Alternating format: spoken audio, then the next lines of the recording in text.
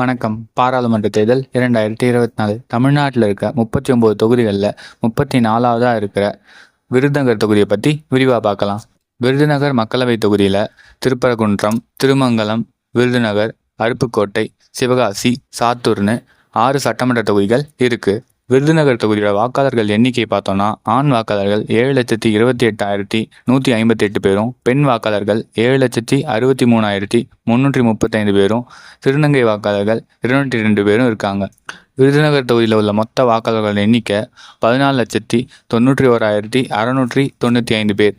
அடுத்ததா விருதுநகர் தொகுதியில் போட்டியிடுற வேட்பாளர்களை பற்றி பார்க்கலாம். இந்த தொகுதியில் மொத்தமாக 27 வேட்பாளர்கள் போட்டியிடுறாங்க. இதில் 10 வேட்பாளர்கள் கட்சி சார்பாகவும் மீதமுள்ள 17 வேட்பாளர்கள் சுயேட்சையாகவும் போட்டியிடுறாங்க. இதில் பிரதானமாக இருக்கிற 4 கூட்டணி கட்சிகளோட வேட்பாளர்களை பற்றி முதல்ல பார்க்கலாம். இந்தியா கூட்டணி வேட்பாளராக இந்திய தேசிய காங்கிரஸை சார்ந்த மாணிக்கம் அவர்கள் கை சின்னத்தில் போட்டியிடுறாங்க. ஏஐடிஎம்கே கூட்டணி வேட்பாளராக தேமுதிகவை சார்ந்த விஜய பிரபாகரன் அவர்கள் முரசு சின்னத்தில் போட்டியிடுறாங்க.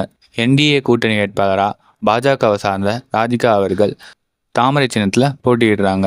நாம் தமிழர் கட்சி சார்பாக சி கௌசிக் அவர்கள் மைக் சின்னத்தில் போட்டியிடுறாங்க. இந்த 4 வேட்பாளர்களை பற்றி இன்னும் விரிவாக பார்க்கலாம் வாங்க. முதலாவதா இந்திய தேசிய காங்கிரஸ் சார்பாக போட்டியிடுற மாணிக்கம் அவர்கள். இவர் மதுரையில் இருக்க திருநகர் அப்படின்ற இடத்துல வசித்து வராரு. இவர் ஒரு வழக்கறிஞர் மற்றும் சட்ட ஆலோசனரும் கூட. இதுலேருந்து தான் இவருக்கு வருமானம் வருது. இவரோட கல்வி தகுதி பார்த்தோன்னா LLB முடிச்சிருக்காரு.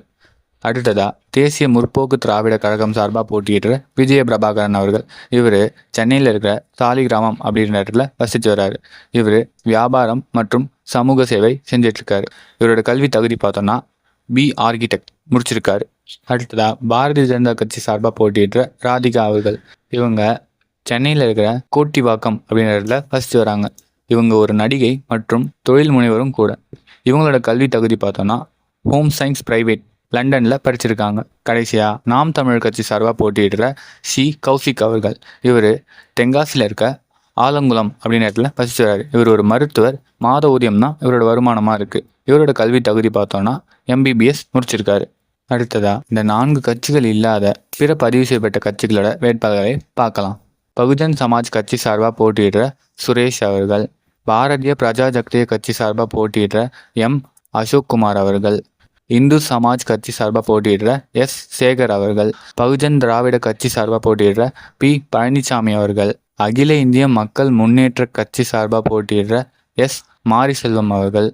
தமிழக மக்கள் நல கட்சி சார்பாக போட்டியிடுற C முத்துக்கண்ணு அவர்கள்.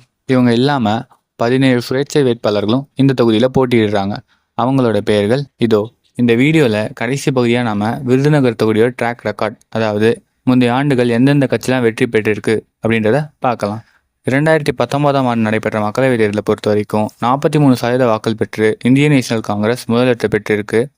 29% வாக்கள் பெற்று தேமுதிக 2வது இடத்துலையும், 10% வாக்கள் பெற்று அமமுக 3வது இடத்தையும் பெற்றிருக்காங்க. 2014 தேர்தலில் 40% வாக்கள் பெற்று அதிமுக முதலிடத்தை பிடிச்சிருக்கு. 25% வாக்குகளோட மதிமுக 2வது இடத்தையும், 23% வாக்குகளோட திமுக 3வது இடத்தையும் பெற்றிருக்காங்க. 2009 தேர்தலை பொறுத்த வரைக்கும் 40% வாக்குகள் பெற்று இந்திய நேஷனல் காங்கிரஸ் முதலிடத்தை பிடிச்சிருக்கு.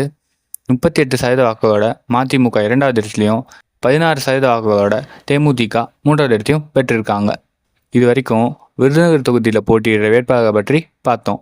நீங்கள் விருதுநகர் தொகுதியை சேர்ந்தவங்களாக இருந்தீங்கன்னா உங்கள் ஓட்டு இவங்களை யாருக்குன்னு முடிவு பண்ணிட்டீங்கன்னா, முடிவு பண்ணலன்னா சீக்கிரம் முடிவு பண்ணிவிடுங்க. ஏன்னா எலெக்ஷன் வர ஏப்ரல் 19ஆம் தேதி. கண்டிப்பாக உங்கள் ஓட்டை பதிவு செஞ்சுருங்க.